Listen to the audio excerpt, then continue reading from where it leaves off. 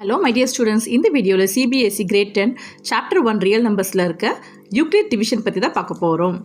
பேசிக்காக அல்காரிதம்னா step by step process அப்படின்னு தான் சொல்லுவோம். இதுவும் அதே மாதிரி தான் ஸ்டெப் பை ஸ்டெப் ப்ராசஸாக தான் பண்ணுவோம். இதுனா HCF தான் வந்து நம்ம இந்த மாடலில் பண்ணுறோம். ரெம்மானா ஆல்ரெடி ப்ரூவன் ஸ்டேட்மெண்ட்.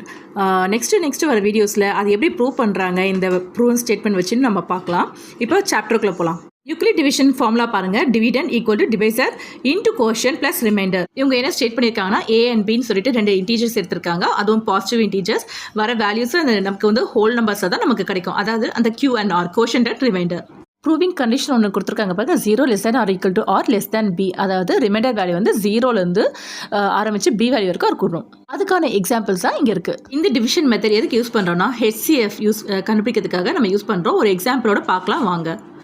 கீழே ஹேண்ட் ரிட்டனில் எழுதியிருக்கிறது வந்துட்டு நம்ம எப்பவும் பண்ணுற யூஸ்வலான மெத்தட். மேலே இருக்கிறது பார்த்தீங்கன்னா இந்த யூக்ளிட் லெமா மெத்தட். ஸோ இந்த எக்ஸாம்பிள் பாருங்கள். HCF ஆஃப் 96 and 240 கேட்டிருக்காங்க. நியூமரேட்டரில் வந்து எப்போவுமே கிரேட்டஸ்ட் வேல்யூ, டினோமேட்டரில் 96 இருக்கும். ஸோ இது ரெண்டுத்தையும் சால்வ் பண்ணால் வர ஃபஸ்ட்டு ஸ்டெப்பில் வந்து என்ன கிடைக்கும்?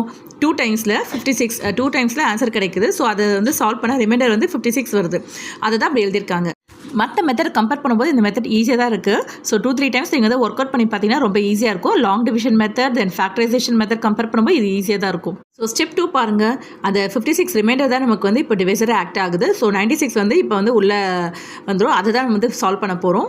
நெக்ஸ்ட் ஸ்டெப் பாருங்கள். ரிமைண்டர் வந்து 40 இருக்குது. அதுதான் வந்து இப்போ வந்து டிவைசர். தென் 56 தான் வந்து இப்போ வந்து உள்ளே இருக்க டிவிடெண்ட். ஸோ அதை சால்வ் பண்ணி பாருங்கள். 56 and 40 வந்து 1 டைம்ஸில் போதில்ல. அதுக்கு வர ஆன்சரையும் நெக்ஸ்ட் அந்த 40 வந்து உள்ள டிவிடெண்ட் இதே ப்ராசஸை 0 வர வரைக்கும் ரிப்பீட் பண்ணணும். இந்த சம் பாருங்கள். உங்களுக்கு இன்னும் ரொம்ப ஈஸியாக இருக்கும் அண்டர்ஸ்டாண்ட் பண்ணதுக்கு. ஒரு வாட்டி ட்ரை பண்ணி பாருங்கள். இந்த ஸ்டெப் நியூ மெத்தட்னால ஃபஸ்ட்டு வந்து HCF இல்லைனா வந்து அங்கே ஃபேக்டரைசேஷன் மெத்தட் எக்ஸாம்பிள் கொடுத்துருக்கு பாருங்கள். அது மாதிரி காமன் ஃபேக்டர்ஸ் கண்டுபிடிச்சிட்டு சால்வ் பண்ணி வச்சுக்கோங்க. அப்போ தான் நம்ம கிராஸ் செக் பண்ணுறதுக்கு ஈஸியாக இருக்கும். அதுக்கப்புறம் இந்த ஸ்டெப் பை ஸ்டெப் 3 ஸ்டெப்போ 4 ஸ்டெப்போ உங்களுக்கு சமைக்க ஏற்ற மாதிரி வரும். ட்ரை பண்ணி பாருங்கள். இந்த ஸ்டெப் ரிமைண்டர் ஆர் வேல்யூ 0 வரை வரைக்கும் கண்டினியூ பண்ணணும். சம் ப்ராப்ளம்ஸ் ஃபஸ்ட் ஸ்டெப்லேயே கூட முடியறதுக்கு வாய்ப்பு இருக்குது. So depend on the sums இது வந்து சேஞ்ச் ஆகும். சில ப்ராப்ளம் நிறைய ஸ்டெப்ஸ் இருக்கும். ஒரு சில ப்ராப்ளம்ஸ் வந்து ஃபஸ்ட் ஸ்டெப் ஆர் செகண்ட் ஸ்டெப்ஸ்லேயே முடிஞ்சிடும். So depend on the questions தான்.